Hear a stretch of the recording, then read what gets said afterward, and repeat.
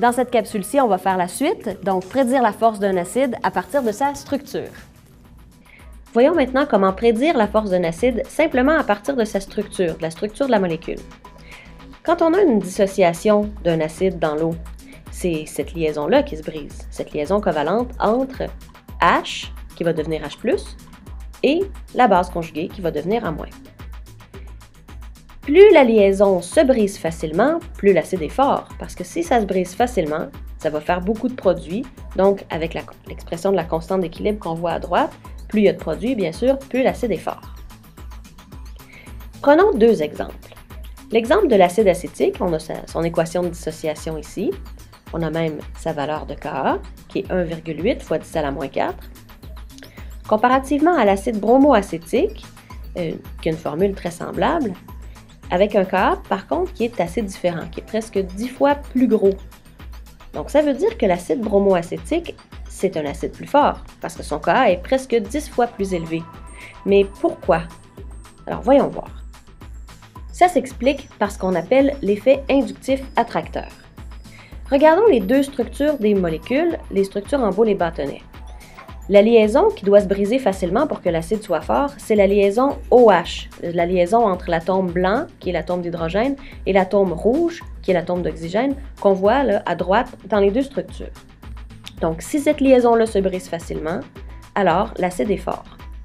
La différence entre les deux structures, c'est vraiment la présence de l'atome de brome. L'atome de brome, c'est lui qui cause l'effet inductif attracteur, parce que le brome, c'est un atome plus électronégatif que l'hydrogène. Qu'est-ce que ça fait qu'il soit plus électronégatif?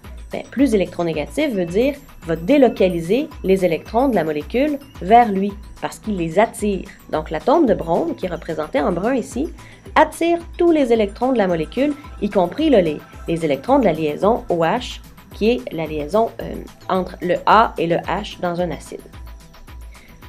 Puisque tous les électrons sont délocalisés à l'intérieur de la molécule, ça fragilise la liaison OH, et puisqu'elle est fragilisée, elle se brise plus facilement. Donc, c'est vraiment à cause de l'effet inductif attracteur que l'acide bromoacétique est plus fort que l'acide acétique. L'inverse existe aussi, l'effet inductif répulsif. Par exemple, si on a encore une fois l'acide acétique à gauche qu'on compare avec un acide, bon, je vous passe le nom de la molécule, mais qui comprend deux groupements CH3 supplémentaires sur l'atome qui n'est pas l'atome qui porte le groupement OH, eh bien, ce n'est pas des atomes qui sont plus électronégatifs, ça c'est plutôt des atomes qui sont moins électronégatifs, parce qu'il y a beaucoup de H qu'on a ajouté, beaucoup d'atomes en blanc qu'on a ajouté. Comme les H sont moins électronégatifs que les carbones, l'effet inverse s'observe. Donc, les électrons sont plutôt délocalisés vers le OH. Donc, il y a beaucoup d'électrons qui s'en vont dans la direction, vers la droite dans la molécule, et ça se trouve à renforcer la liaison OH. Puisque la liaison est renforcée, bien, elle est plus forte, donc elle se brise plus difficilement. Alors, l'acide de droite est plus faible. Un autre facteur à considérer pour prédire la force d'un acide, c'est la taille des atomes impliqués. On voit ici que l'atome de fluor en vert est vraiment beaucoup plus gros que l'atome de brome en brun. Donc, voyons qu'est-ce que ça peut avoir comme impact. Lorsque l'acide est dissocié, les bases conjuguées sont encore beaucoup plus grosses pour le Br- que pour le F-.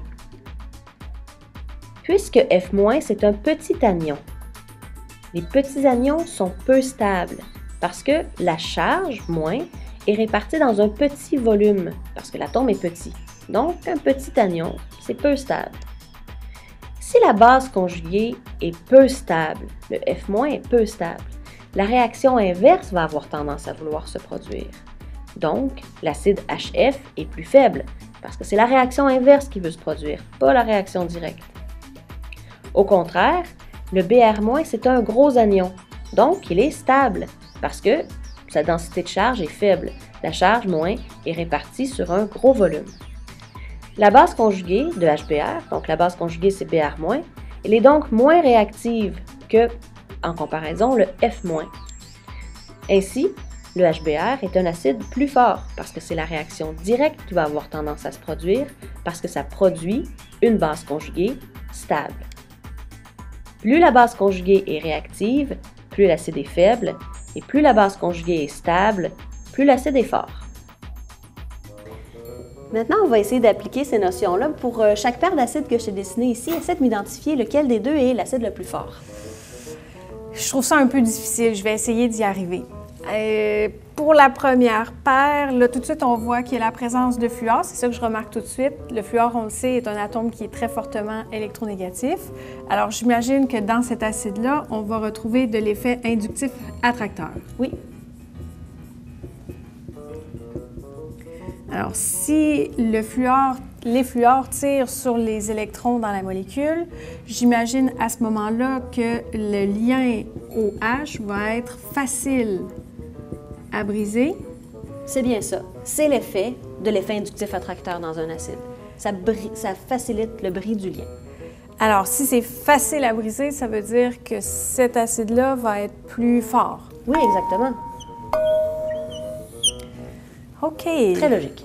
Je vais me lancer maintenant pour la deuxième paire. Là, on voit qu'il n'y a pas d'atome très fortement électronégatif, donc il n'y aura pas d'effet inductif attracteur.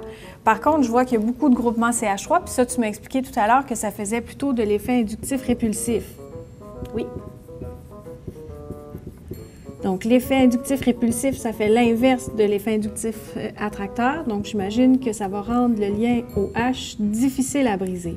Exactement. Ça renforcit le lien en rajoutant des électrons, dans le fond. Donc, il est plus difficile à briser. Fait que s'il est plus difficile à briser, ça veut dire que le plus faible des deux, c'est celui-là. Donc, le plus fort, ça serait le HCOH. Exactement.